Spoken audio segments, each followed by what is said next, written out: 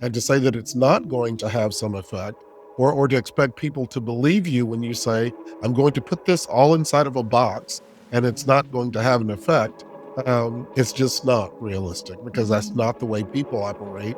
It's not the way the real world operates. And I think that we put undue and unjust demands on our journalists, especially those who come from marginalized backgrounds, when we say, put this part of yourself away and go do this job. This is The Rip Current. I'm Jake Ward. We look at the big invisible forces working on us every day. I think all of us can agree, right, that the First Amendment, which allows journalism to flourish in this country, makes us the envy of the world. The opportunity under legal protection to look into wrongdoing, to try to get light and oxygen onto it, is one of the great cornerstones of our society. It is an incredible thing. But just because we care about it philosophically doesn't mean that it's going to work as a business or that it can survive what technology is about to do to it. Right? We are living in a world already where the major institutional news organizations are having a really hard time making money off the news. That is a really difficult thing. There's a reason that in the rest of the world, countries, governments tend to fund journalism, because it's just very hard to make a living doing straight news as a business. You add on to that the great thing about the First Amendment is that it protects anybody who wants to call themselves a journalist. On the other hand, you guys, it protects anybody who wants to call themselves a journalist, which means that under the First Amendment, someone trying to meet institutional standards and do the job what I would consider the right way is no different legally from somebody who is just a propagandist in a basement somewhere. I should note here that I am in a basement currently. So that's already one complication. That's given rise to this news influencer world we're in right now, where attention is confused with expertise and people are rising to the top of the attention economy simply by virtue of the attention, not the scruples they bring to the work. And you combine that with the fact that AI slop is about to wash away any reliability we had around video evidence, photo evidence, right? Being able to believe our eyes when it comes to catching people in the act of things. AI is going to wipe that out so that a few companies can make billions of dollars. So it's a tough time to be in the truth-telling business. And that's why I had this week's guest on. Michael Bolden is the new dean of the Berkeley Journalism School. Now, this is a job that I actually applied for. And as you'll hear here, I didn't get very far. I'm sure in part because I didn't have good answers to the questions that I put to him today. I'm amassing those answers, I think, over time, but I was not ready at the time that I was interviewing for this job. And he, however, has thought about this very subtly. He's had a long and very fascinating career. He rose from a childhood in Mobile, Alabama, through the New Orleans Times-Picayune, the Miami Herald, the Washington Post. He ran API, the American Press Institute, and is now the new head of the Berkeley Journalism School, a very storied program. So you'll hear that he has a deep, very powerful philosophical attachment to the importance of journalism, but he's got some real ideas about how technology and business can, make this field stronger, not necessarily hurt it. So I hope you take some inspiration from this hour-long conversation with Michael Bolden.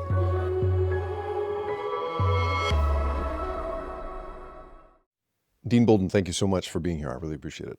Well, I thank you for having me. I'm always appreciative of these conversations. I think it takes real courage to be the dean of a J school in the best of times. That is a that's a hot topic, journalism. And right now, I think is an especially difficult time to be taking a gig like that. But maybe let's start with a little bit of your biography. I'd love to hear how you made your way from Mobile, Alabama, through New Orleans, the Washington Post. I mean, you have worked all of these places, but was the news a fixture? Was journalism something you were thinking about as a young person? What role models did you have in your life having you think about journalism way back when? It's only as I've gotten older that I've really sort of appreciated the role that journalism played in the early part of my life. I didn't know any journalists except for what I saw on television. But what I did have in my life was um, the importance of news was very much centered in my household growing up. My father, who only had a sixth grade education, by the way, um, really appreciated what the news meant, especially he grew up in the Jim Crow era in the Deep South. Uh, so when I was a child growing up, it was very important for him to read the daily newspaper cover to cover. It was delivered to our front yard, and he would send one of either me or my brother or sister out to get it, and he'd What send, was it? What's the local paper in that at it that was the time? Mobile Press Register, Hmm. Hmm. and which is owned by, of course, the Newhouse family through Alabama Media Group now. Hmm. Hmm. Um, but he'd sit in his recliner and he would read each section page by page. He often had either CNN or the local one of the local broadcast affiliates on, because he believed in the power of news to help him make good decisions. He was one of those people who absolutely believed that he had to vote in every election. Hmm. And so here was a man who had grown up poor in South Alabama as a farmer's son. But he just knew that if he was going to take advantage of opportunities, and that if our family was going to take advantage of opportunities, being informed was a critical part of that. Hmm. But it wasn't just about the local newspaper or local broadcast news, right? We also had the Mobile Beacon, which was a black weekly that was part of what we received at home. Jet Magazine, the weekly, and Ebony Magazine. They were all part of our media diet. Hmm. And then, as part of this too, my mother was there, and she was one of those people who would do the daily crossword in pen. And so I had all of these signals coming to me about the importance of news and literacy, frankly, uh, as part of your life. So uh, the news, for example, was not separated from the importance of reading. I was Hmm. taught that that was very important. And as a matter of fact, probably learned to read because of Sesame Street and the Electric Company as Hmm. much as anything else. Hmm. But it was a household where we very much valued the power of the written word. And that lesson just stayed with me my entire life and was very formative as I Hmm. thought about what I wanted to do for a career and where I was headed. So when we think about that era and Black Americans at that time, you know, under Jim Crow being, I don't know that history well enough to quote it to you offhand, but it seems to me that right the theme of it is privation, right? Deprivation, that you're depriving people of as much as you possibly can so that they won't participate in civic life. And I'm wondering if what you think the contrast was for, between, let's say, your father's childhood and your childhood going out and fetching the paper for him each morning. Yeah. Like what's the contrast there generationally? Well, I mean, that's so interesting, right? Because it's actually hard for me to imagine my father's childhood because, Mm. um, like I said, he grew up very poor, the son of a farmer in North Mobile County. His mother died when he was, I think, 6 months old. So he was reared largely by his older sisters. And he was born right before the Great Depression. He was born in 1928. So then he grew up in a time, not only was the Jim Crow now, right? But there was also crushing poverty all around. And he really was a child with the Depression who believed in, saving and in making the best use of everything. And then so by the time I came along, and I came along for my parents as what ended up being their third set of kids. My dad had one set of kids. My mom had one set of kids that got together and had a set of kids. Um, and so by that time, we had a very comfortable life. And, he had put one set of kids through college. My little brother and sister and I went through college. So deprivation was not part of our life, but appreciation for where we came from and for the inheritance and for what people before us had had to endure was very much part of the landscape. One of the things I remember as a child is that, like I said, I grew up in Mobile, Alabama, and Mobile, Alabama is also where the Clotilda, the last slave ship, landed. And as a child, I would go to a place called Africa Town, which is where descendants of the Clotilda uh, settled. And Daddy always took us to a barber shop there. We didn't live there, Hmm. but he made sure on Saturday that we visited there.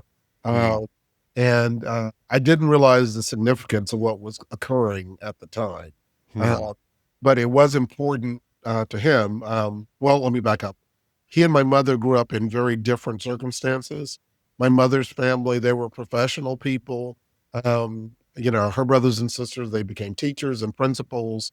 Very common among Black populations in terms of lifting themselves up, right? My dad's family did not. And so I think it was more important to my dad that we understood this history, Mm, and an appreciation for this history, that history would help shape who we would become as adults. And He's no longer with us. My mother isn't either, but I am more grateful for that the older I get, because I can see why he thought it was important and why we would make the rounds with him on Saturdays, even when we didn't want to, mhm, because he wanted us to see where he came from and all of these things that were such an important part of our history. And I will tell you, that really came to play later in my life. Like, I worked at the Washington Post for 13, almost 14 years. And part of that time, the one of the editors of the Post was famous for not even registering to vote because he thought that objectivity demanded it. yep. Uh, and I could never square that with my own background, because the Hmm. thought of people having endured what my father grew up with, and, what happened in the civil rights era when people were literally chased with dogs and beaten and killed because they wanted to vote. That was something that was, that I had to remember was part of my experience. And Hmm. so Hmm. being a journalist and being a participant in civic life for me demanded a certain amount of engagement. So, Now this is complicated, right? Because it is well, the received wisdom in your major national newsrooms that you are not supposed to make any outward statements of political support. At the jobs I have held at NBC and elsewhere, I'm not supposed to put a sign on my lawn for a political candidate. I'm not supposed to be, at a protest except to cover it. Like it is. There's this idea that we are supposed to be unbiased witnesses, and that you should be avoiding not just actions that might skew your perspective, but the appearance of a skewed perspective. So how did you square that? How do you walk well, in, well, especially at the in the area you're working, right? There's not yeah, I wouldn't think a lot of people are thinking that stuff through out loud. yeah, I always thought that was a false conceit, right? I mean, Mm, it was a conceit that it made people feel good about what they were doing, but of course, their backgrounds and who they were affecting everything, all of the decisions that they were making, and what we were seeing and not seeing in newsrooms. And I think that it is um, as a journalist, I would not put a sign on my front yard, but I most certainly would tell you what my background is and all the history that I just related, because I think it's important to know. And I also think that it informs the decisions that I make and what I do as a mm, journalist and throughout my professional life. And to say that it's not going to have some effect, or to expect people to believe you when you say, I'm going to put this all inside of a box and it's not going to have an effect. It's just not realistic, because that's not the way people operate. It's not the way the real world operates. And I think that we put undue and unjust demands on our journalists, especially those who come from marginalized backgrounds, when we say, put this part of yourself away and go do this job.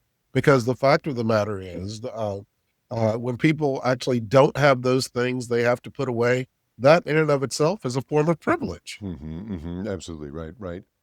So did this ever put you at a professional disadvantage? I've had conversations with colleagues from marginalized communities who have said, that they've been waved off of a story because the assigning editor or whoever it is said to them, well, clearly you're not going to be able to go at this in an unbiased way. You're going to be carrying, a lot of baggage around this stuff. Like I've heard multiple times people have that experience. And as a result, the pressure, it seems to me professionally, is for them to pretend not to have that perspective. That would be the Yeah. easiest, in theory, the most, the most professionally expedient thing to do.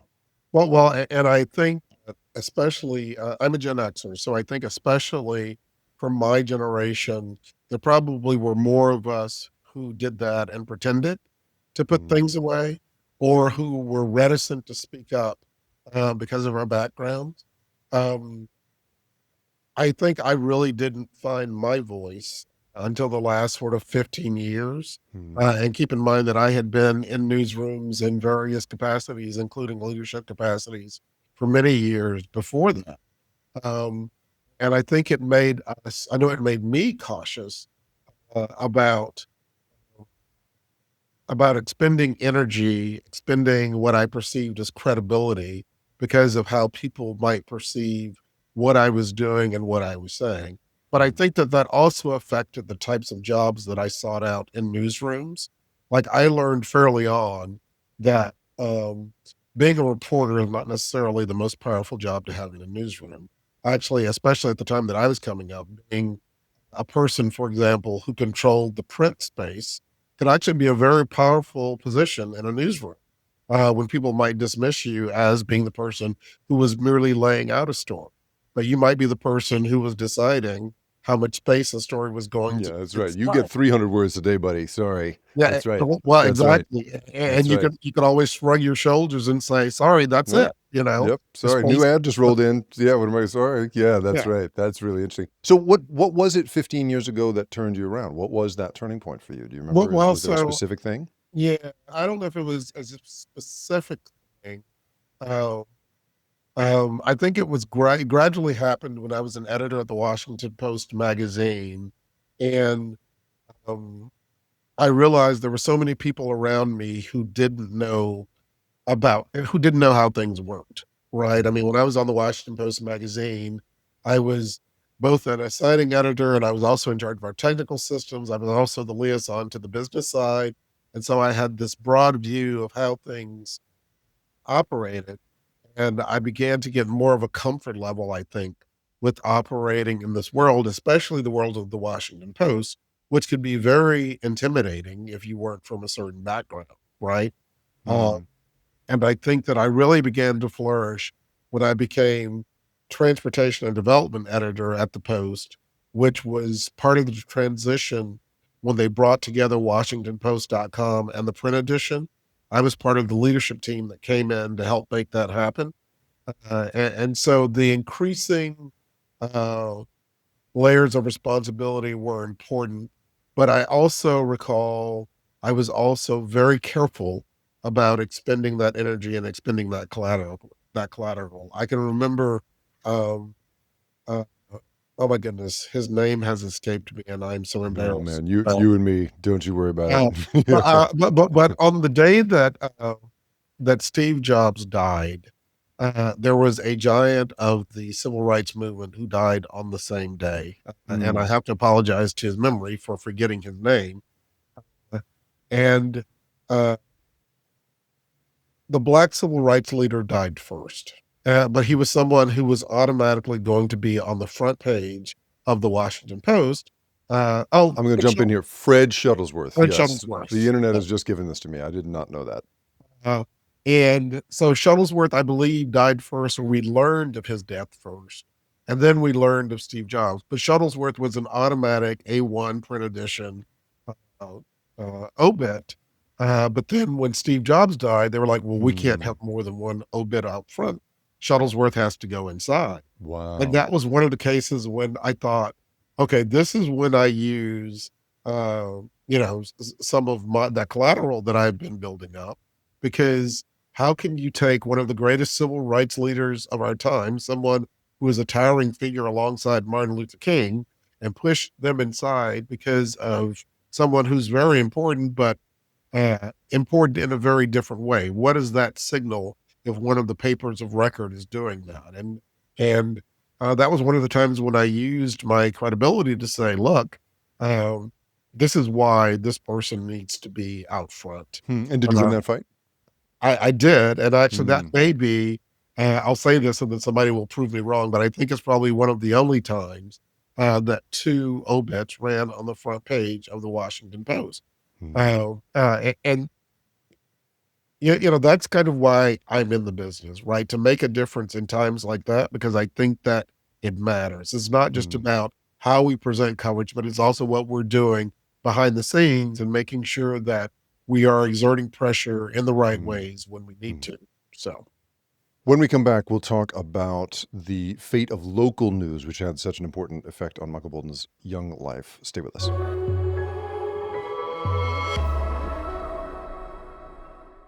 You described going out and grabbing the paper for your dad each day as a really formative part of your life. And, now we're in this world where, local news as a business proposition is just really suffering, right? We've seen the local news outlets are just shrinking at a dramatic rate. So let me confess something to you. I applied for your job for the J School Oh, did you deanship. really? Oh yeah, sure did. Wow. Okay. I didn't even make it out of the is he crazy round. Right? And here's my theory. I mean, I'm sure there are many reasons why, but here's one reason why I think that might be the case. I had no answer for why should kids go into journalism right now. I didn't have I wasn't ready for that question, I think, fundamentally. Because I have over the course of my career as the editor-in-chief of a magazine and as, going through multiple media types and seeing the business trouble, I just don't know what I would say necessarily to a kid coming up right now who wants to be a journalist. And knowing how powerful an effect it had on your family, and now in the position that you hold, what's your feeling about sort of the health of the business and what that means about training, just telling a group of kids, yeah, you should go try and do this for a living? Well, so the first thing I say to that is just look around us. We need more journalism and journalists than ever. Yeah, sure. So separate from whatever we see happening to legacy business models, that is absolutely true, right? The second thing that I say about this is, when I'm here at Berkeley, I don't care if you're an undergraduate, for example, what your major is.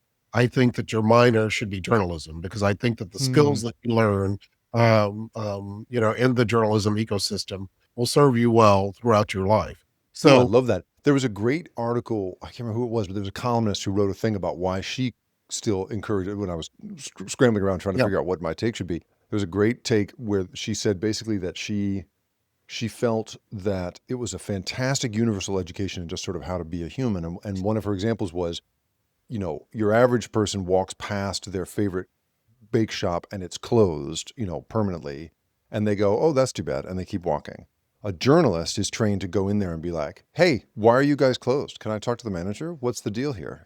Trying to get to the basis to the bottom of everything. And I remember thinking, that's a great point. I really like the point you're making. It should be our minor. That's a really good idea. And Berkeley's does this, right? Isn't that a whole push at Berkeley, is to try and combine people's uh, fields of study, trying to get like a business major in and other folks in to try and do that? well, we must certainly encourage the interdisciplinary approach, and we have a journalism minor, which frankly I intend to grow because I believe what I Oh, I love just that. said all of my heart.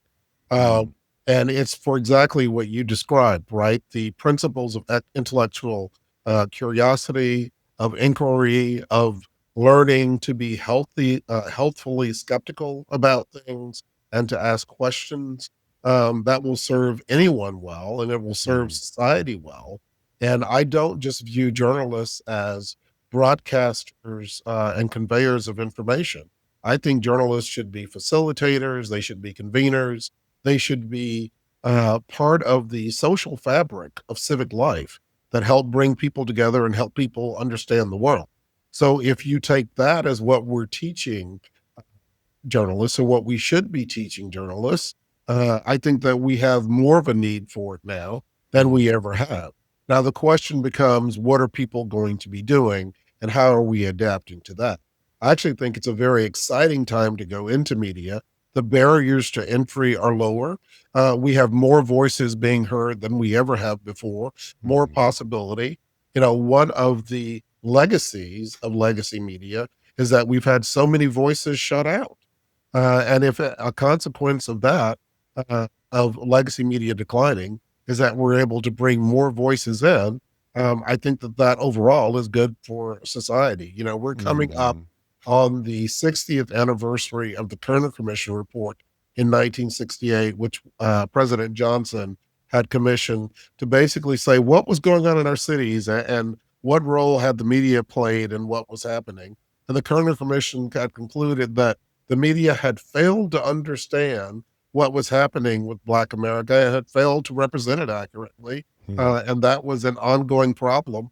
I don't know that we improved that much over 60 years. I mean, you can sort of draw the lessons broader to include the Asian American community and the Hispanic American community.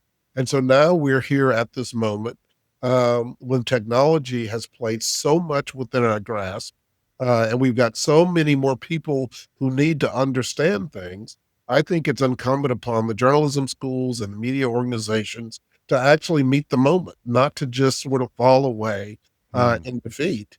But it's like, how can we make the most use of technology? How can we make the most use of journalism in communion with community to create things that people need?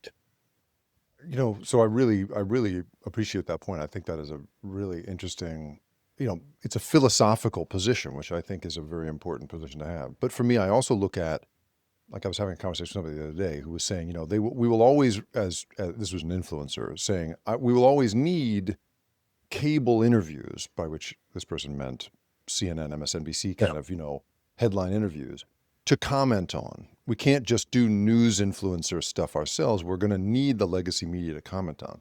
And my pushback to that was, well, you may need it from a, abstract perspective, but that doesn't mean that there's a business case for keeping that thing alive, that business is going to continue to thrive.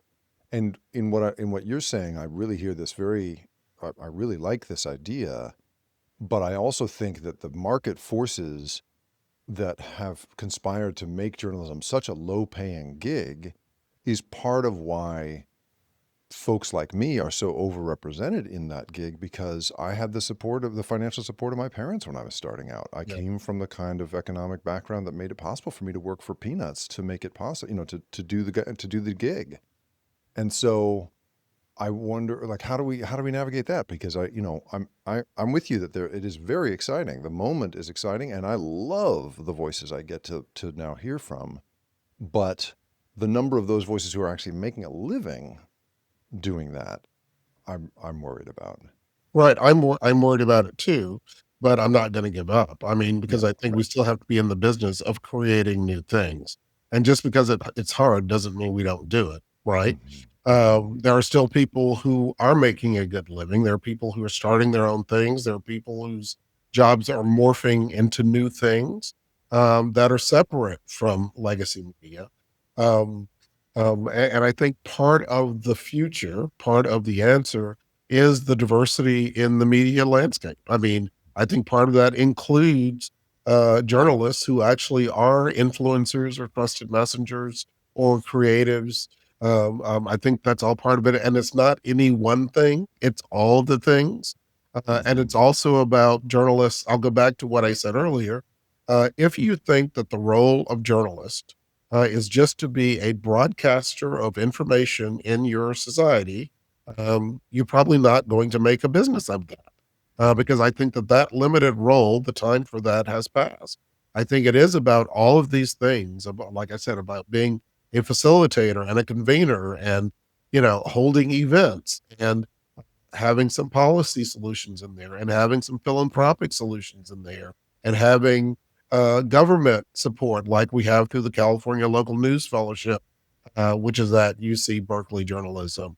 All of those things are part of the future. And if anybody thinks it's one thing, they're mistaken. You think back to the heyday of newspapers, and I would let's call that the 70s and 80s. We could probably go a little bit earlier. And the sheer amount of money, frankly, that the Knights and the Grahams and the Chandlers and the Bancrofts that they were generating, uh, these were families that had multiple yachts, multiple Yeah, houses. yeah. There's a reason why we have the Dorothy Chandler Pavilion still in downtown LA. I mean, we have all of these artifacts.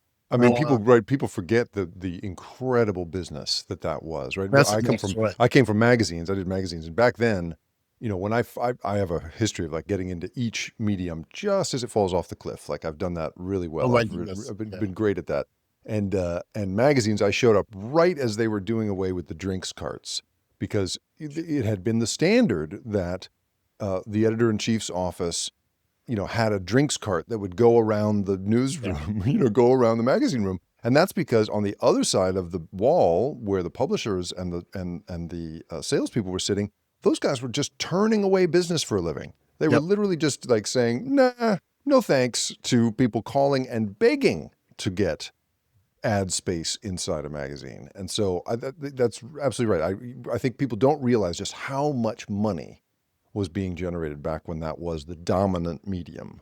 Well, so if I may, there's a story I like to tell about this because I think that it's so when I started at the Washington Post, this was in 2000, so it was a presidential election year. And of course, election night was always a big deal. And that first election night, we're sitting at our computers, writing stories, editing copy, all kinds of things. And there is a wait staff bringing you food from the central buffet. And at a certain point, they come say dessert is served in the X conference room, and they go get dessert. Now, every 4 years thereafter, you could sort of see the decline of what was happening. It's just cookies tonight, guys. Sorry. Eventually, I think it ended up being pizza, and you Right. get it Yeah. yourself. But uh, it's a very sort of interesting arc, right, of seeing that decline. But it's also, uh, you know, a lot of us were too slow to change as fast as we needed to. Um, and when you think about some of the things that we're doing today, I mean, you can see some of that being repeated, right? Even when Mhm. you talk about the conversation around influencers and the conversation around AI, whether media companies are responding fast enough. A lot of them just aren't.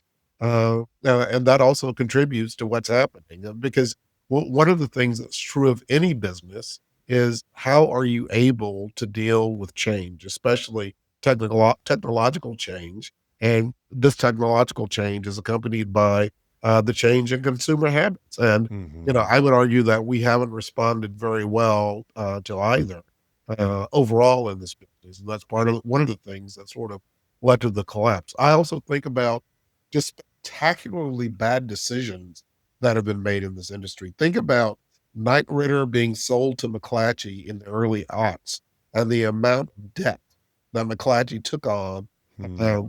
just as things were really starting to collapse. And those sorts of things really helped increase the spiral, I think. I mean, for me, right? I think about that moment when when all of us said, "Oh yeah, the internet, we'll just give away this content for free. Yeah. That'll be our move. That'll be the way to go." And somehow convincing ourselves that money would somehow flow from that anyway was the other. For me, that's the other one that just is so tragic. And we've trained an entire generation that they don't have to pay for things, That's right. and if somebody wants to charge, well, then they have to go find a workaround, because Mhm. that's just not the way it should be, and we really need to think about the long-term consequences of these actions and human behavior and how those things interact because, uh, that none of these decisions are just made for the short term, right? They will have long-term impact. That's right. So, more about the long term impacts, specifically the way in which independent journalists are becoming more and more a fixture of the landscape when we come back. Stay with us.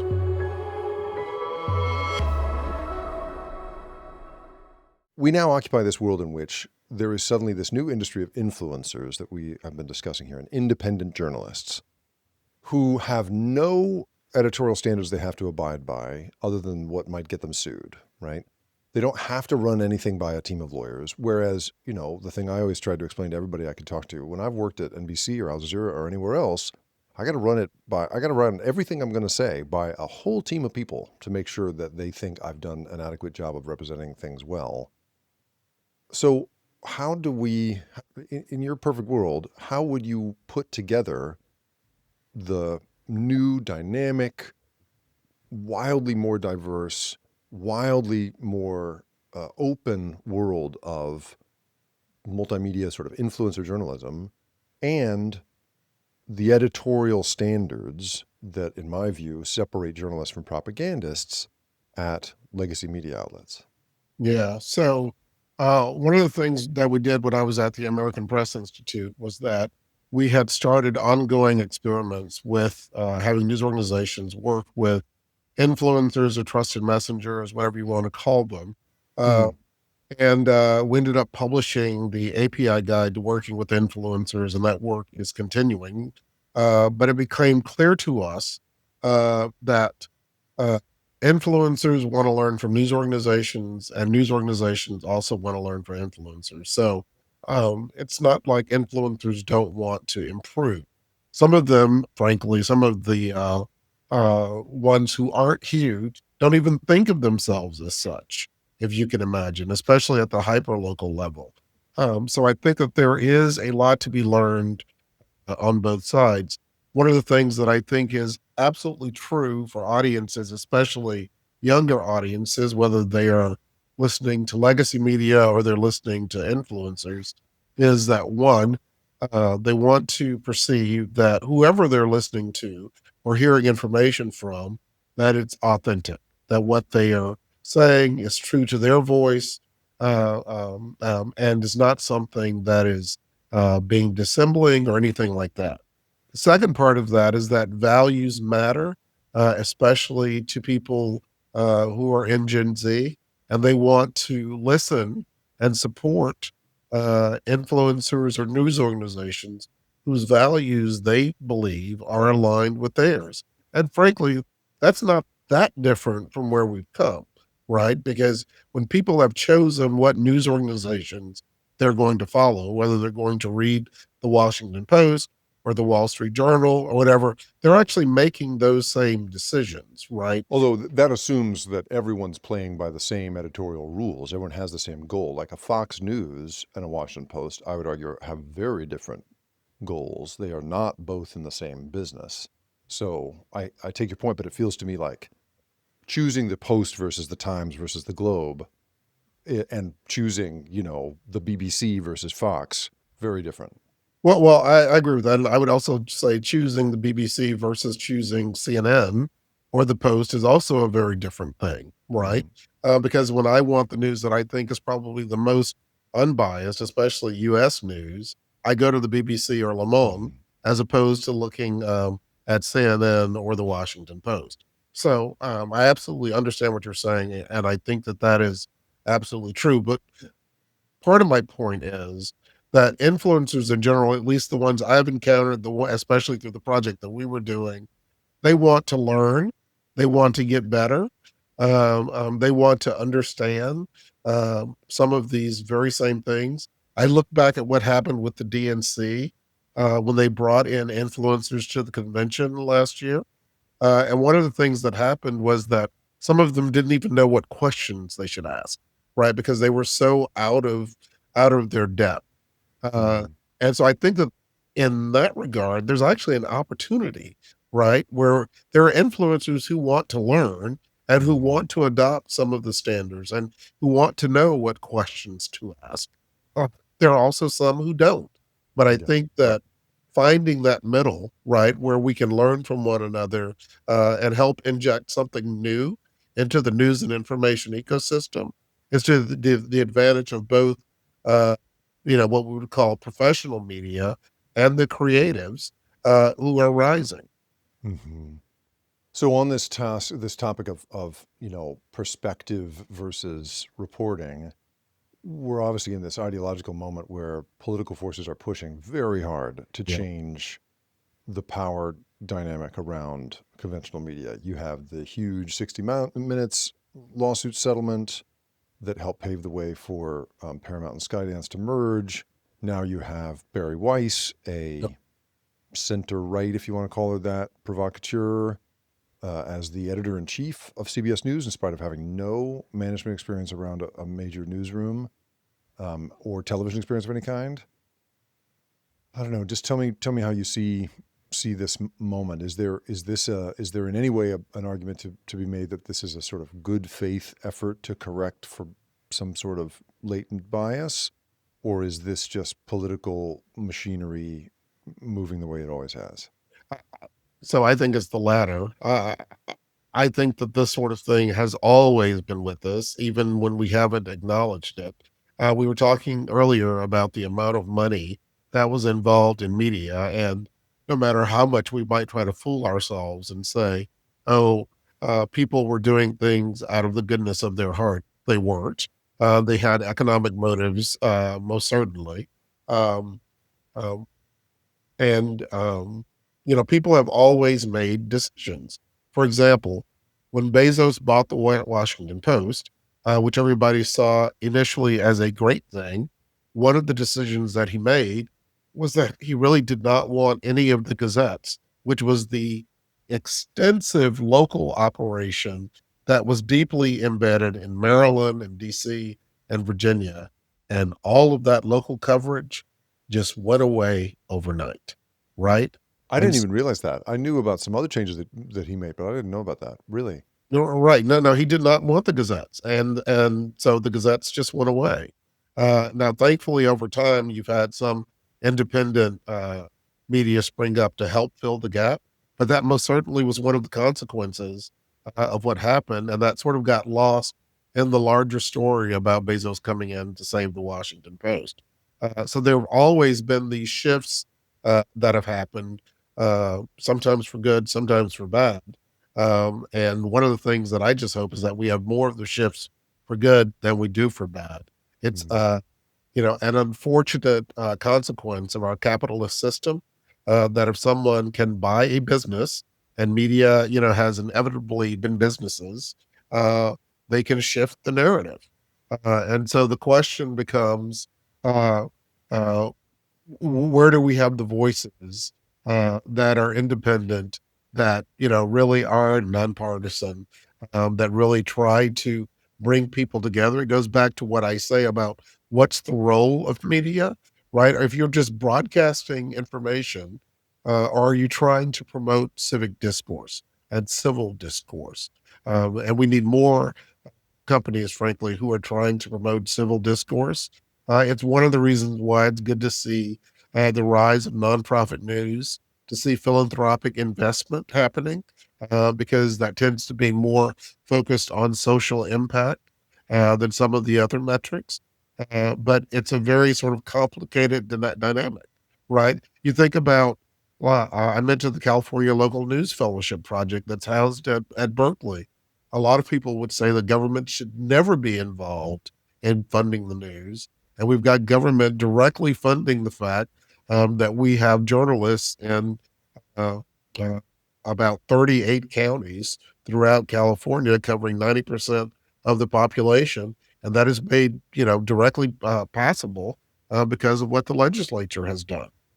And what would happen if the legislature said, "We want you to report X"? They did not do that, and we're Mm. grateful for that. That it's hands off, but that's always the risk, and we have to guard against that. I mean, I've always made the argument that government control of the media, everyone's ideas turn immediately towards South Korea or China. Right. And I know people who have worked at outlets, not South Korea, sorry, North Korea or China.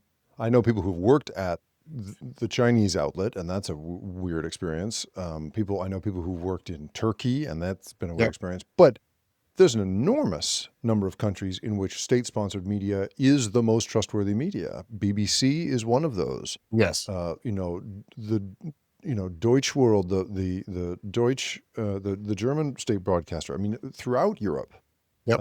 there are enormous cases to be made around how effective that can be. And so I'm always, whenever people say, "Oh, we wouldn't want state-controlled media," I would say we wouldn't want political control, but we would like it as a piece of civic infrastructure. That Yes. would be a good idea because, yeah, I don't know. That's my thing. And the other thing is, here in the United States, I just remember I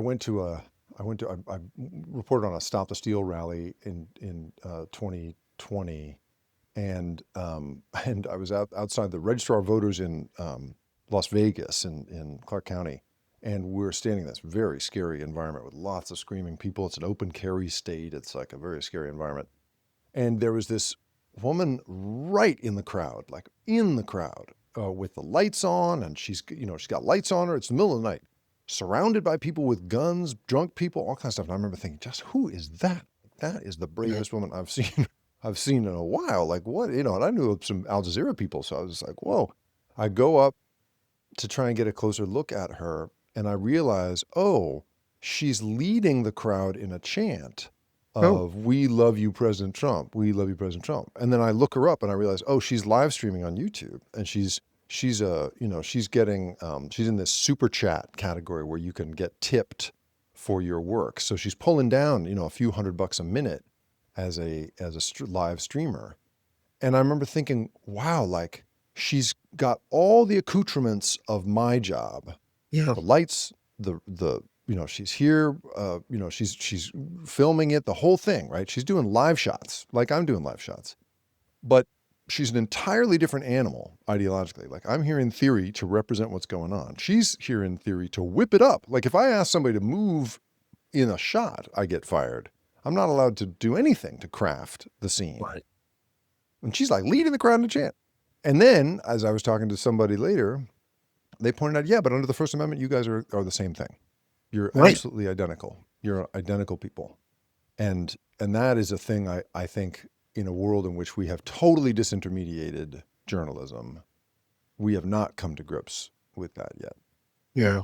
Well, and the thing we have to remember, well, especially so the tradition that I come out of and the belief that I have about what journalism is and should be, it is undoubtedly, unequivocally a pro-democratic, pro-inclusivity approach to how we see the world, right? Because if journalism in the U.S. is not pro-democracy, it like undermines the very thing that allows us to exist. Uh, Mm-hmm. and so I always sort of keep that in mind when I'm looking at any of this stuff I see around us, and I'm very much aware that some people see that as a partisan thing, and my response is, but yes, but here in this country, it is part of who we are and who we must be.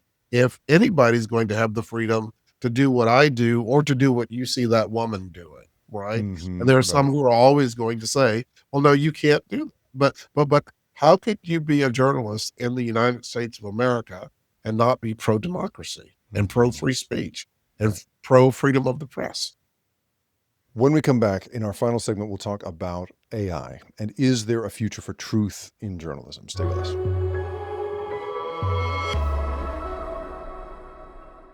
So I wrote a book that came out a year before ChatGPT did called The Loop, How AI is Creating a World Without Choices and How to Fight Back. And I put 10 years into it. And part of the work that I did on that book, I was predicting sort of what I consider to be a kind of civic and psychological emergency that I thought commercial AI was going to represent.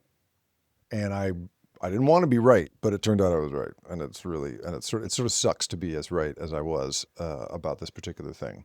And one of the things that came back to me again and again in my experience reporting from inside a lot of these big companies and the billionaires who run them is very often you encounter this libertarian idea that the market will show us what's important and what's not, and that the signal is separated from the noise by the invisible hand of the market. So very often when you speak to people inside, in the leadership of a big platform, big social media platform, they don't care about the difference between, they don't consider there to be a difference between a guy like me who's put 25 years into being a journalist, and a person like you who's had this esteemed career doing that, and some random propagandist in his basement. They only care about how the market values our work. And that to them is the ultimate sort of decision-making, mechanism and sorting mechanism. Now we're in a world where people like that have created a set of reality simulators that are going to make it absolutely impossible for the naked eye to tell the difference between a totally invented piece of video and one that is actually shot by a photographer in Gaza or the streets of Atlanta, right? I don't even know what my question is other than what are we going to do about this? You know what I mean? Like, tell me Well, about journalism in an age where those people are in charge and that kind of technology is the norm. so I've got lots of thoughts about this. The first is one of the things that we inevitably underappreciate is the speed at which those companies move. Because we spend so much time umming and ahhing over things and trying to be reflective. Whereas you take a company like Meta or OpenAI or something, and they've got a roadmap and they're moving.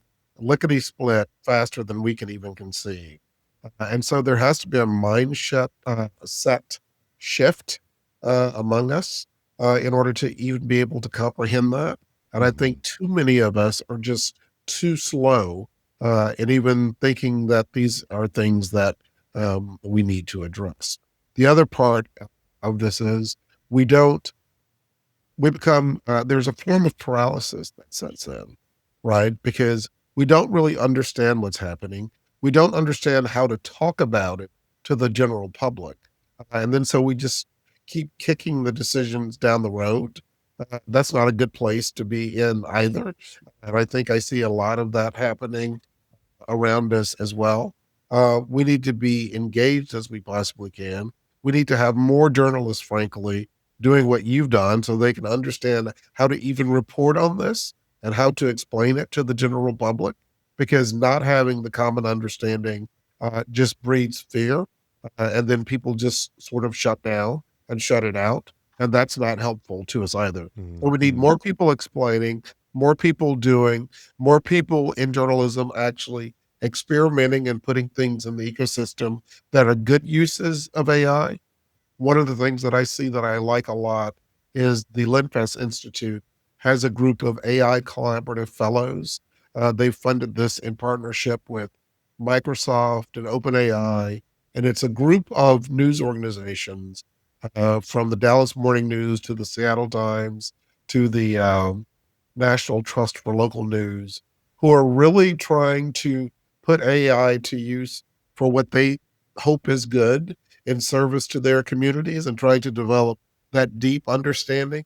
We need more of that. There is not enough of the Mhm. tragedy of this time is that that is, um, an outlier and it's not the norm.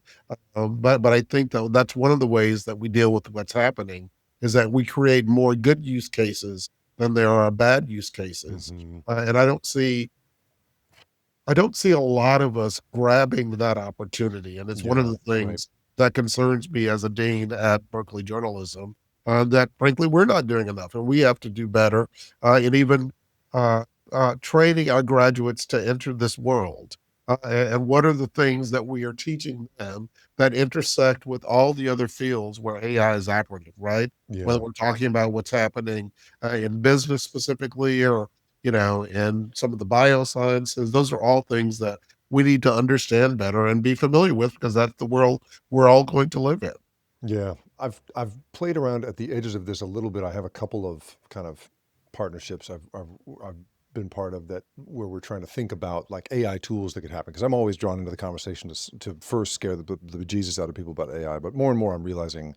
I had a really interesting conversation with somebody the other day who said that the effect, especially on underrepresented uh, communities and women, is Yeah. way more flattening when you are critical about AI, that they are much less likely to take advantage of it.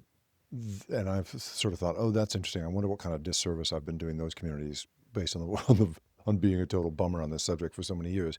But as I've started to play around with some of these projects, I've bumped into some really interesting possibilities. So one big one that I would like to get off the ground immediately is a live fact checker. When Caroline Levitt lies from the podium, Yeah. I want a running transcript being checked against her past public statements from the last 6 months. Not to say she's lying, but just to say, Ms. Levitt, you are contradicting yourself. Here is a thing that the administration said 6 months ago, and now you are saying the opposite. I just think like so much of the sort of interview format right now depends on getting lucky Yes. that the journalist happens to be in command of the facts of that thing when they really need a voice in their ear being like, oh, that's not, ask them this, there's got to be a supercharging of people's expertise in the face of what is now just outright lying all the time. Now Well, that shame is not the guidance. and that understanding is one of the things that we need because, despite the misgivings about AI, the use case that you present, where you train an agent on a very limited universe, that is well within our capabilities, and we know Yeah. that that also lessens the possibility that there will be hallucinations, right? Right, that's right. Uh, Because you could locally host it. You don't have to have it be on the web. You can have the White House correspondent go in with yes, just the White House documents, yes. and even if they're just comparing to to the public statements out of the White House, then that would be enough. That's right. That's right. So we need more smarter uses just like that. Mm. But again, this goes back to the point I was making earlier that we don't have enough people experimenting. We don't have enough leadership in our media organization saying that this needs to be a priority Mm. when there are some huge societal benefits. Maybe For, one of the things I would ask you to do with your students is get them to just build these things and put them out there rather than waiting to score a client, because that's the other problem, right? Is that as you know, selling to a news organization is hard. Like yes. a news organization is a tough client to please. That's a tough deal to close. And so that's the other thing for me is I just want those tools out there. I want a philanthropy to fund it and just get it out there. So people start just using it. This is how I've seen a handful of like off the shelf commercial products just come into a newsroom because during the pandemic, Otter was Yeah. one of the first transcription services that would really pull your Zoom transcript and give you pull your Zoom audio and give you a great transcript out of it. And just we all started using it, and pretty soon it was the norm. And I think we're going to need it to be a bottom-up adoption thing rather than selling, to a C-suite. Well, and part of that is what's the mindset? I was having a conversation with someone who works at a philanthropy, and she was 22, 23. Uh, and we were talking about the difference between how she perceives AI and what she does with AI. Yeah. Like her brother, who is a high school student, and how much further advanced he is, Mm, right? mm, I mean, so those are the type of leaps we're seeing even among the younger generations that we need to be prepared for and aware of, because that's going to represent a sea change that, frankly, people like you and I aren't even prepared for. mm. Because the gulf between me and that 17-year-old and how I approach things is tremendous, and I'm someone who likes to think that stay on top of things. Well, you are working very hard to stay on top of all this, and in your new role, you're going to have to be, you're going to learn a lot, and I really, really we will be cheering you on. So before we go, tell me something you are excited about in this world. I mean, you've talked about this open landscape of, people. I mean, the barriers to entry are so much lower than they've ever been, and so we're seeing voices out there that we've never seen before. When you look across the landscape now, what gets you excited? So, I mean, there are a couple of different examples that come to mind. So, one is the organization Connect to Arizona, which is based in Phoenix. It's run by a woman named Maritza Felix. She started it during the pandemic. It's a sort of cross border initiative to promote factual information. Hmm.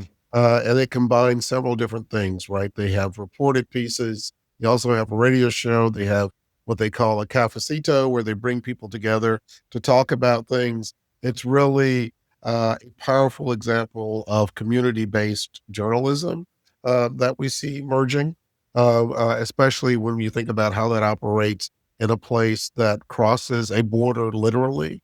Uh, Something else that excites me is you go to the town of Marfa, Texas, which is in West Texas.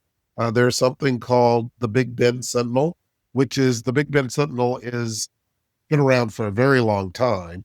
But the people who run and own the Big Bend Sentinel now have created this new model where they are both a news organization and an event space and a Hmm. facilitator and a convener. They're doing very different things, trying to create community and to be a resource and a part of the community, not being separate from it. So those are the types of things I see happening that excite me very much. I'm just so pleased you got the job, not least because you seem to see this stuff so clearly, but you also have so much optimism for what it can be. I'm pleased by all of that. Dean Michael Bolden, thank you so much for your time. I really appreciate it. Jake, thank you very much for having me. It's been my pleasure. And, I just think that there's a lot to be optimistic about. We can keep our eyes open and we can ensure that we all have a great future using and getting the news and information that we need. The Rip Current is produced and created by me, Jacob Ward. And if you liked this show and you want more content like this, go to theripcurrent.com, where I publish a weekly newsletter that covers these same sorts of stories of the big invisible forces that have us all in their grip. And if you want to really do me a favor, if you could go to where you have listened to this or watched it and like it, share it, or even better, review it. Holy cow, is that helpful? It's the best possible way for me to find a new audience. I really appreciate you being here. Thanks for listening.